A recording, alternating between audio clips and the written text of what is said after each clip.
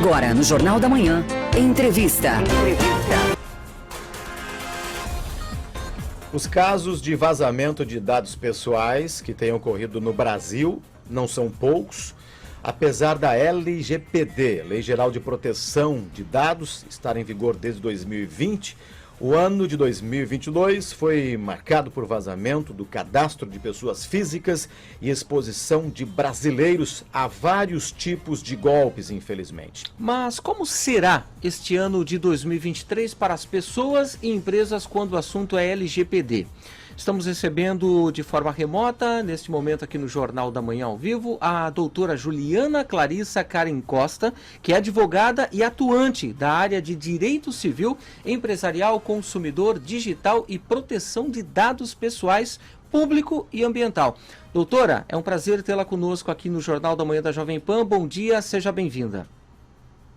Olá, bom dia a todos. Muito obrigada aí pelo convite, para falar sobre essa lei que é de suma importância para todas as empresas e também para nós brasileiros, Bom dia a todos os ouvintes também, nessa manhã de quinta-feira. Doutora, este ano, a lei está completando 5 anos e obriga as pessoas, as empresas a modernizarem, o seu processo. E então eu queria que a senhora explicasse um pouquinho para os nossos ouvintes do que se trata essa LGPD. Então, a Lei Geral de Proteção de Dados, ela foi aprovada no Brasil em 2018. Só que ela acabou tendo vigência de uma maneira escalonada, sendo que somente em 2021, em agosto de 2021, que teve a possibilidade de aplicação das sanções administrativas pela lei. Então, digamos que em 2023 a lei já vai fazer 5 anos, O que se trata a Lei Geral de Proteção de Dados? A partir da vigência dessa lei, as empresas e o setor público e até mesmo as pessoas físicas que acabam utilizando os dados pessoais para fins econômicos, acabam tendo que ter alguns regramentos para que possam utilizar os dados pessoais de maneira legal, de maneira adequada, digamos assim.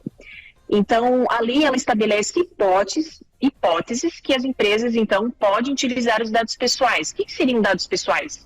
Qualquer informação que acabe identificando uma pessoa. Aqui a gente fala de pessoa física, Então, se a empresa possuir uma das bases legais que constam na lei para utilizar esse dado pessoal, ela poderá utilizar esse dado pessoal. Senão, ela vai ter que ter o consentimento do titular do dado para que, então, possa utilizar esse dado pessoal. Essa lei ela vai se aplicar tanto para as pessoas jurídicas, as empresas privadas, quanto para o setor público, como eu disse, também para as pessoas físicas que acabam utilizando os dados pessoais para fins econômicos. Então, todos os dados coletados no território brasileiro ou até mesmo coletados em brasileiros, até mesmo que não estejam no Brasil, também vão ter aí a abrangência da lei. Esse escalonamento da vigência da lei, ela até acabou ocorrendo no Brasil por conta da pandemia, que acabou impactando de maneira muito profunda as empresas, principalmente financeiramente, fez com que as empresas não pudessem fazer essa adequação naquele momento, e também por conta da criação e da organização da autarquia que vai fiscalizar e aplicar as sanções, que é a ANPD, Agência Nacional de Proteção de Dados. Então, agora em 2023, realmente as empresas que ainda não fizeram esses projetos de adequação, elas vão ter que iniciar e dar seguimento para que não estejam sujeitas a essas penalidades. Agora, doutora, a dúvida que surge, principalmente para as empresas, e a gente está tratando da questão jurídica, a dúvida é o seguinte, como é que se faz a indicação do encarregado pelo tratamento de dados pessoais, hein? Qual é o cuidado que as empresas devem ter em relação a isso? Isso, então, um encarregado de dados pessoais, conforme previsão da lei, o que vai ser? Vai ser um canal, uma ponte, entre as empresas ou o setor público, a ANPD, que é a Autoridade Nacional de Proteção de Dados, e os titulares de dados.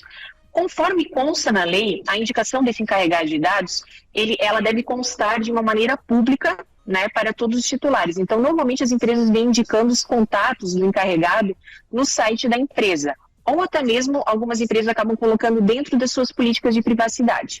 Não há uma previsão legal que haja o encaminhamento desses dados para a ANPD e também ainda não há nenhuma previsão legal que esse cargo tenha alguma certificação específica.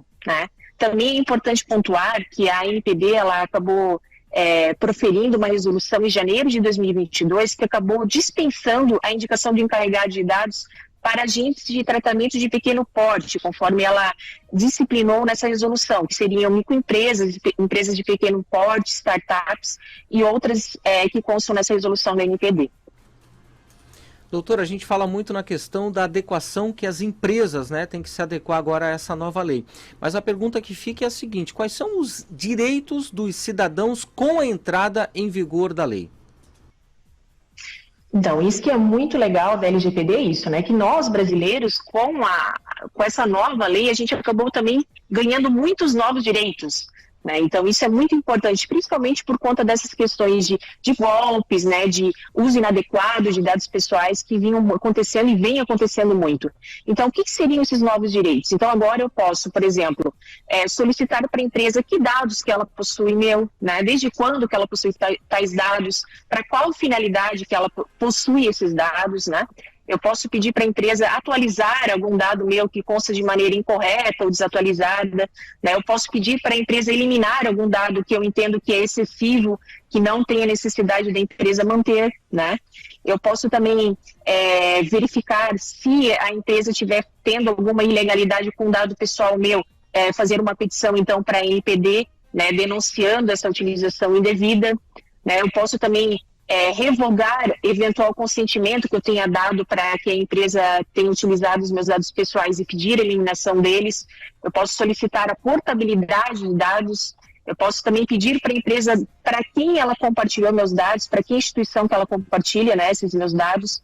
E também posso, inclusive, vamos dizer assim, fazer uma oposição a uma decisão automatizada que tenha ocorrido. O que seria essa decisão automatizada? Por exemplo, vou dar um exemplo para vocês. Eu vou lá fazer a contratação de um seguro de vida. E daí, de repente, esse seguro de vida ficou com um valor muito elevado. Então, o que eu verifiquei? Que eles verificaram que, por exemplo, lá, através do meu plano de saúde, eu tinha uma doença pré-existente. E com base nessa informação, eles já fizeram lá um valor mais elevado no meu seguro de vida. Todavia, eu sou uma pessoa que me exercito, né? Eu sou uma pessoa que tem uma qualidade de vida muito boa, então provavelmente a minha expectativa de vida é muito grande.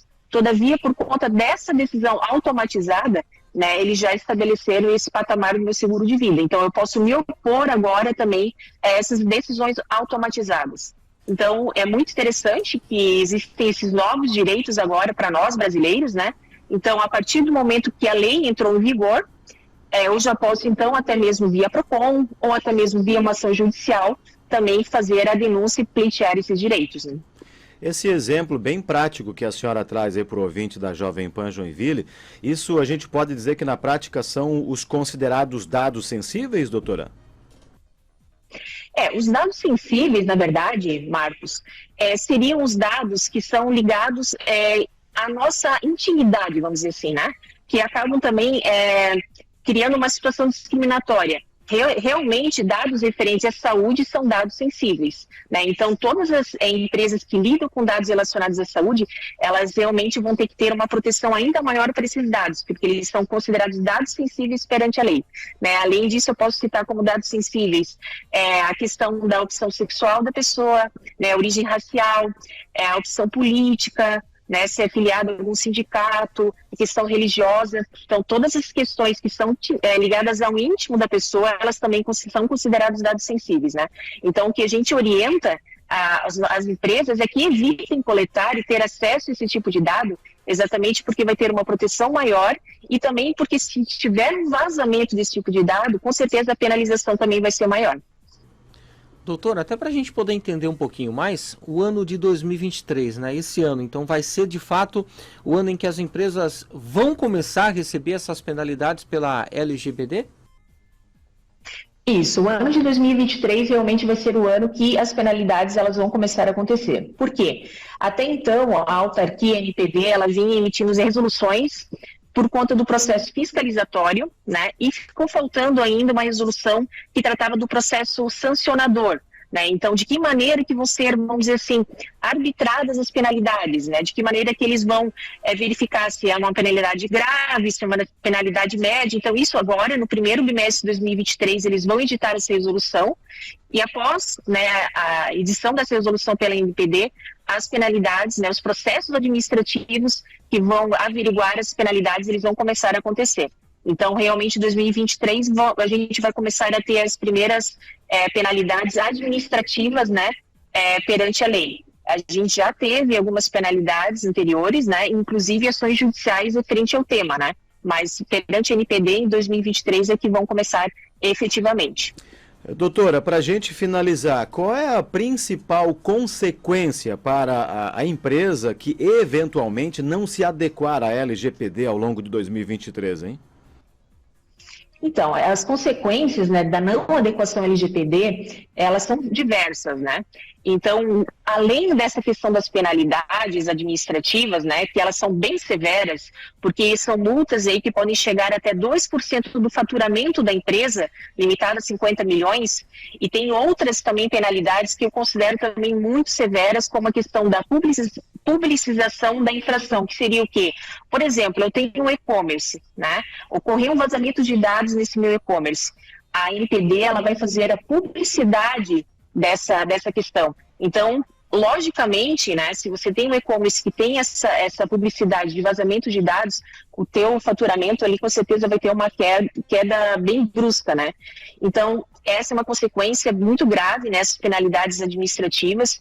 E também, assim, no mercado, a gente já verifica que as empresas que não fizeram adequação, elas estão perdendo para a concorrência que já fez a adequação, né? Porque as empresas maiores, principalmente, que já estão adequadas, elas já estão escolhendo seus fornecedores com base nessa questão. Já é um critério eliminatório, vamos dizer assim, né? Então, comercialmente, também isso vai impactar bastante as empresas.